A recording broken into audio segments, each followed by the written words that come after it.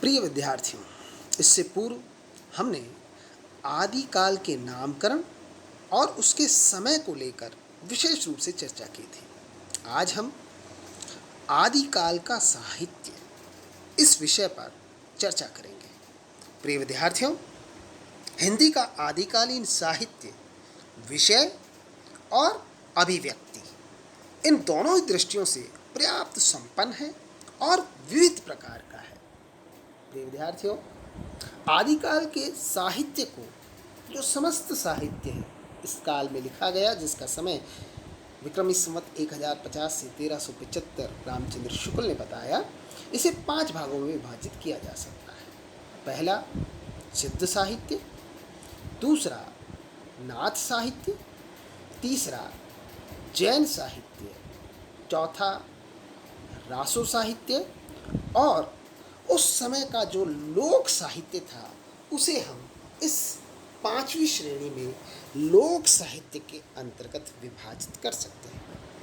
प्रिय विद्यार्थियों, यह काल संक्रमण का काल भी है, क्योंकि यहीं से अपभ्रंश छूटती जाती है और हिंदी का विकास होता है।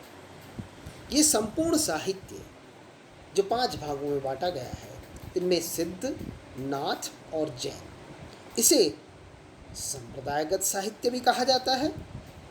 आचार्य शुक्ल ने तो विशेषकर सिद्ध साहित्य को संप्रदायगत साहित्य के अंतर्गत रखा, लेकिन हिंदी भाषा का प्रारंभिक स्वरूप इस साहित्य में देखने को मिल जाता है। प्रिय विद्यार्थियों, अगर हम चर्चा करें तो सबसे पहले सिद्ध साहित्य। प्रिय विद्यार्थियों, ईसा की प्रथम शताब्दी में बौद्ध धर्म महायान तथा हीनयान 2 शाखाओं में विभाजित हुआ।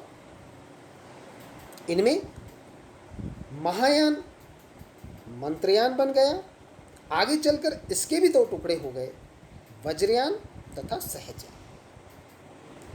प्रिय विद्यार्थियों, सिद्धों का संबंध इन्हीं से था। सिद्ध कहेंगे किसे? प्रिय विद्यार्थियों, मंत्रों द्वारा सिद्धि चाहने वाले ही सिद्ध कहलाए। यद्यपि वज्रयानी परंपरा को लेकर इन सिद्ध कवियों ने सिद्धांतों का प्रतिपादन किया, किंतु इन सिद्धों में विशेष बात यह थी कि वे ईश्वरवाद की ओर अग्रसर हो रहे थे। इन्होंने गृहस्थ जीवन पर बल दिया।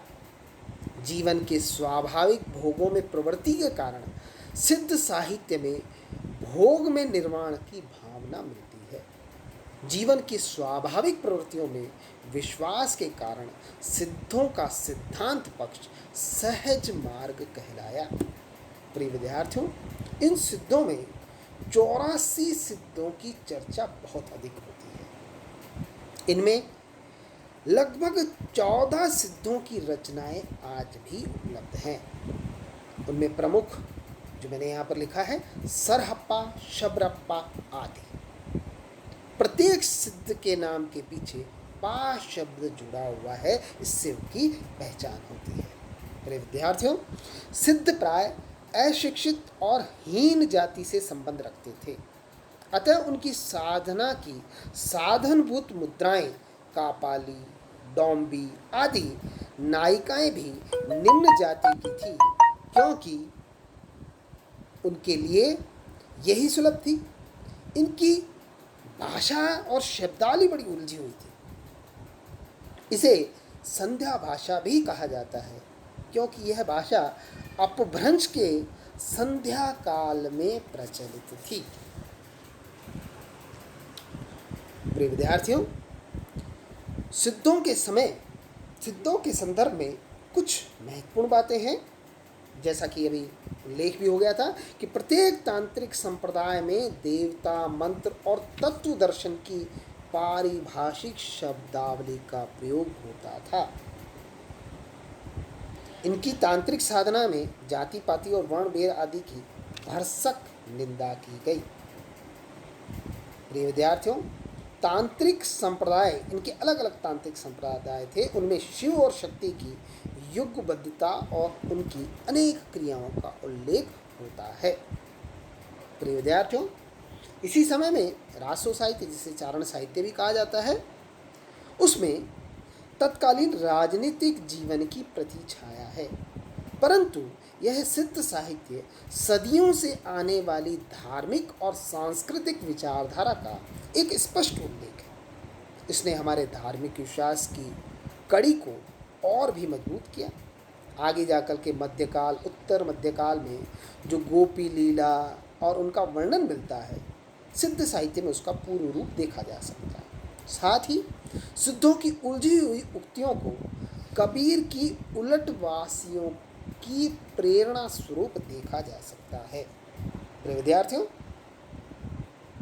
डॉक्टर राम कुमार वर्मा ने बहुत ही अच्छी बात कही है। वे कहते हैं, सिद्ध साहित्य का महत्व इस बात से बहुत अधिक है कि उससे हमारे साहित्य के आदि रूप की सामग्री प्रामाणिक ढंग से प्राप्त होती है।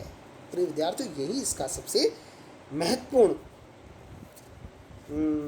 उपलब्धि भी है और इसका महत्व भी इसमें है कि हमारी प्राचीन भाषा की प्रामाणिक जानकारी इसमें उपलब्ध होती है।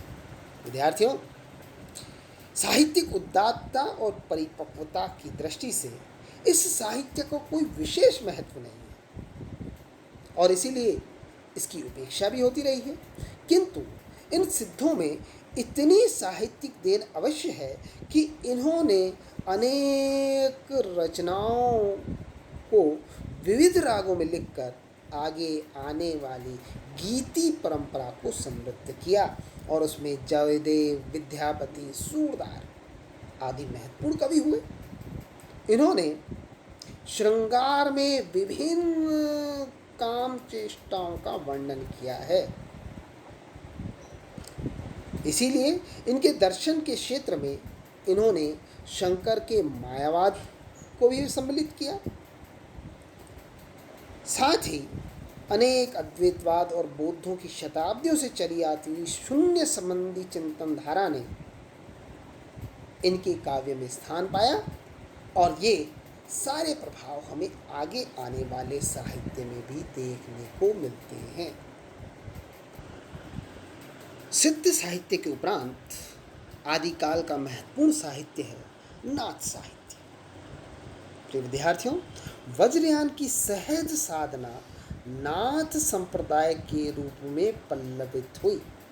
जीवन को कर्मकांड के जाल से मुक्त कर सहज रूप की ओर ले जाने का श्रेय नाथों को ही जाता है। विद्यार्थियों, नाथ संप्रदाय पर कौल संप्रदाय का भी कुछ प्रभाव पड़ा। कोलों की अष्टांग योग की भावना को नाथों ने साधना के रूप में अपनाया। नाथों ने निवृत्ति मार्ग पर विशेष बल दिया।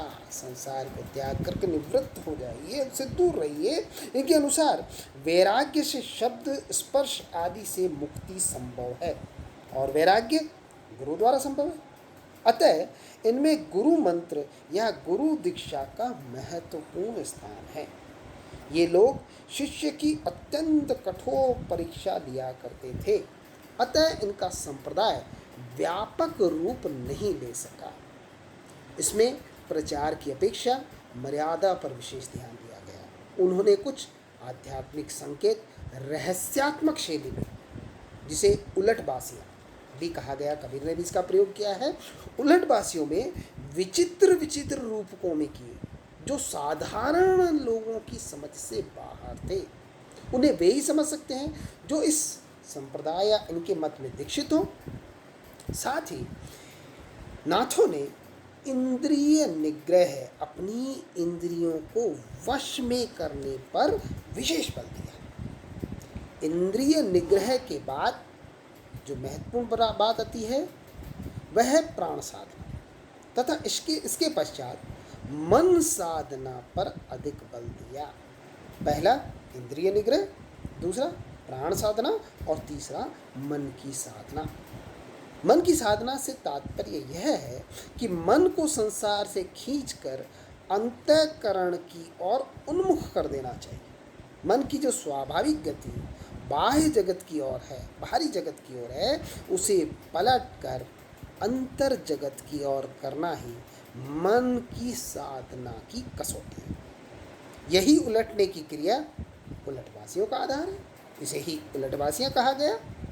इनमें अनेक क्रियाओं का भी उल्लेख है जो बड़ी गूढ़ है, जैसे नाड़ी साधन, नाड़ी साधन, कुंडलिनी, इंगला, पिंगला, सुषुम्ना आदि का वर्णन, ब्रह्मरंध्र, षट चक्र, सुरत योग, अनहद नाद आदि का उल्लेख। साथ ही इन्होंने शिव और शक्ति को आदि तत्व माना है। साथ ही पाखंडों का खुलकर विरोध इनके यहाँ देखने को मिलता है। प्रिय विद्यार्थियों, इसी क्रम में अगला महत्वपूर्ण साहित्य आदिकाल का जैन साहित्य। जैन साहित्य अपने आप में बहुत व्यापक और विस्तृत रूप से रचा गया साहित्य। जैन मुनियों ने अपभ्रंश में बहुत सारी रचनाएं लिखी जो कि धार्मिक हैं। इनमें संप्रदाय की रीति नीति का पद्यबद्ध काव्यमय उल्लेख मिलता है।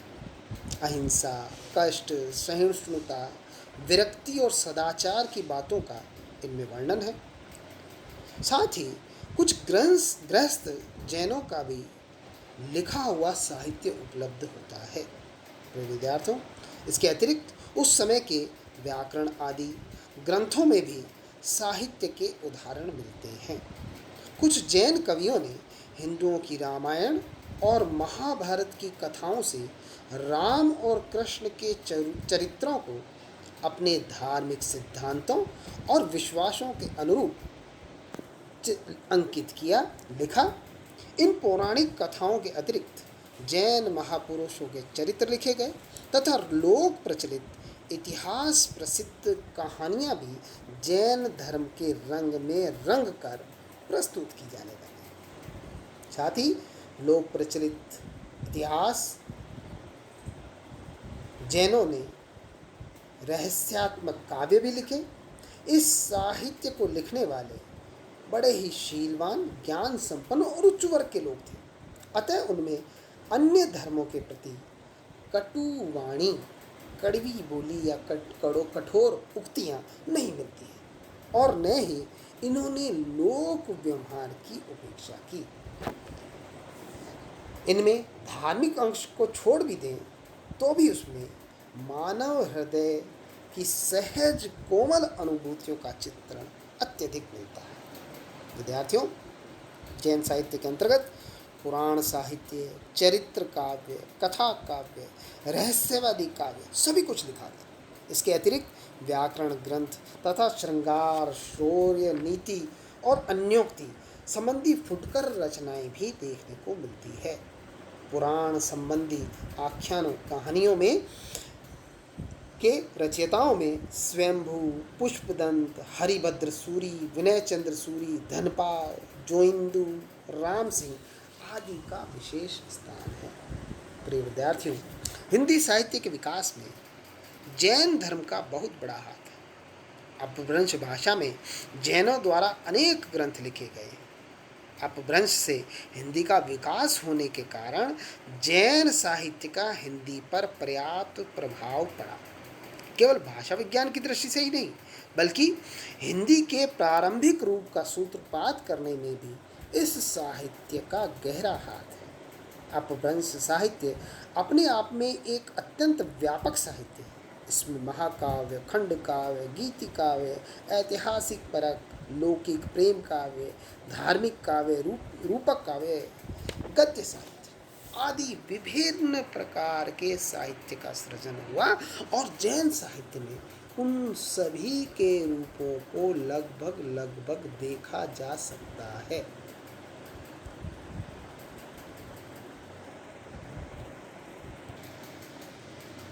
आदिकालीन साहित्य में सबसे महत्वपूर्ण है लोक साहित्य। यदि विद्यार्थियों, लोक साहित्य में अमीर खुसरो की तो हम चर्चा करेंगे ही, लेकिन एक और महत्वपूर्ण, और वह है राजस्थान के ढोला मारूरा दोहा। प्रिय विद्यार्थियों, इस ग्रंथ में मारवाड़ देश वास्तविक रूप में जैसे जी उठा है। इस ढोला मारू दोहा जो लोक साहित्य के अंतर्गत आता है, इसमें मारवणी का ढांडी को दिया गया संदेश अनुपम है। साथ ही इसमें नारी हृदय की वेदना सचमुच आपके समक्ष प्रस्तुत की गई है। उदाहरण देखिए कि ढांडी एक संदेश रड़ो, प्रीतम कहिया जाय, साधन बलि कोइला भई, भसम ढंडोल सी आई। विद्यार्थियों, इस प्रकार मारवाड़ देश में जहां एक और चारण काव्य रचे जा रहे थे, वहीं दूसरी ओर साधारण जन के लिए कवि स्वांत सुखाए लोक सामान्य जीवन को सहज में ही अपने काव्य में बिखेर रहा था। ढोला इस बात का स्पष्ट प्रमाण है। डॉक्टर राम कुमार वर्मा लिखते हैं इस ढोला मारू ग्रंथ के संदर्भ में कि यह 16वीं शताब्दी की रचना है और इसके रचयिता कुशल लाभ कहे जाते हैं। इसे ढोला मालवजी री बात के नाम से भी जाना जाता है। लेकिन यह आदिकाल के लोक साहित्य का बड़ा ही सुंदर ग्रंथ है। अब हम अमीर खुसरो पर आए। प्रिय विद्यार्थियों, अमीर खुसरो का समय 1312 से सन 1605 के लगभग माना जाता है। अमीर खुसरो अरबी, फारसी, तुर्की और हिंदी के विद्वान थे तथा इन्हें संस्कृत का भी थोड़ा बहुत ज्ञान था। प्रिय विद्यार्थियों, इन्होंने कविता की लगभग 99 पुस्तकें लिखी, जिनमें कई लाख शेर भी थे, पर अब इनके केवल 20-22 ग्रंथ ही उपलब्ध होते हैं। इन्होंने फारसी से कहीं अधिक हिंदी भाषा में लिखा। इनके साहित्य में भी समय समय पर कई बातें जोड़ी गई, हटाई गई। इनकी कुछ पहेलियाँ, मुकरियाँ और फुटकर गीत उपलब्ध होते हैं, जिनसे इनकी मजाकिया प्रवृत्ति का भी पता चलता है। एक महत्वपूर्ण बात और कि आज जो हम खड़ी बोली का प्रयोग करते हैं, उसका प्रयोग भी पहली बार इनकी पहेलियों और मुकरियों में देखने को मिलता है। बड़े आश्चर्य की बात है। उसके बाद खड़ी बोली का कहीं भी नामो निशान नहीं है। फिर आधुनिक काल में आकर के खड़ी बोली का विकास होता है, लेकिन इनके रचनाओं में उस खड़ी बोली का स्वरूप देखने को मिलता है। यह बहुत ही महत्वपूर्ण है। विद्यार्थियों, इनकी कुछ पहेलियाँ बड़ी महत्वपूर्ण हैं। एक पहेली मैं आपके साथ साझा कर सकता हूँ। लिखते हैं, एक थाल मोती से भरा, सबके सिर पर औंधा धरा, चारों ओर वह थाली फिरे, मोती उससे एक न गिरे। बूझो क्या? आकाश है ना विद्यार्थियों। इस तरह की पहेलियाँ अमीर खुसरो ने इस प्रकार साहित्य के लिए एक नवीन मार्ग खोजा, और वह था जीवन के ऊहापोह में आनंद और विनोद का मार्ग, जो इन पहेलियों और मुकरियों में देखने को मिलता है। प्रिय विद्यार्थियों, अमीर खुसरो की यह एक महत्वपूर्ण देन थी। इसके बाद इस काल का सबसे महत्वपूर्ण साहित्य, हालांकि इसे हमें लोक साहित्य से पहले रखना चाहिए, और वह है रासो साहित्य। रासो साहित्य ही इस आदिकाल का साहित्यिक स्वरूप लिए हुए आदिकाल का साहित्य है, जिसकी चर्चा हम साहित्य के अंतर्गत करते हैं। विद्यार्थियों, या तो हम ढोला मारू दोहा पढ़ते हैं, अमीर खुसरो की पहेलियाँ पढ़ी जाती है, या फिर साहित्य के हिंदी साहित्य के अंतर्गत रासो साहित्य बहुत ही महत्वपूर्ण है। विद्यार्थियों, इस रासो साहित्य की चर्चा हम अलग से विशेष रूप से करेंगे आदिकाल की साहित्य की विशेषताओं के साथ, क्योंकि आदिकाल के साहित्य को साहित्यिक रूप में जो पढ़ा जाता है उसमें रासो साहित्य बहुत ही महत्वपूर्ण है। विद्यार्थियों, आज के लिए इतना ही। धन्यवाद।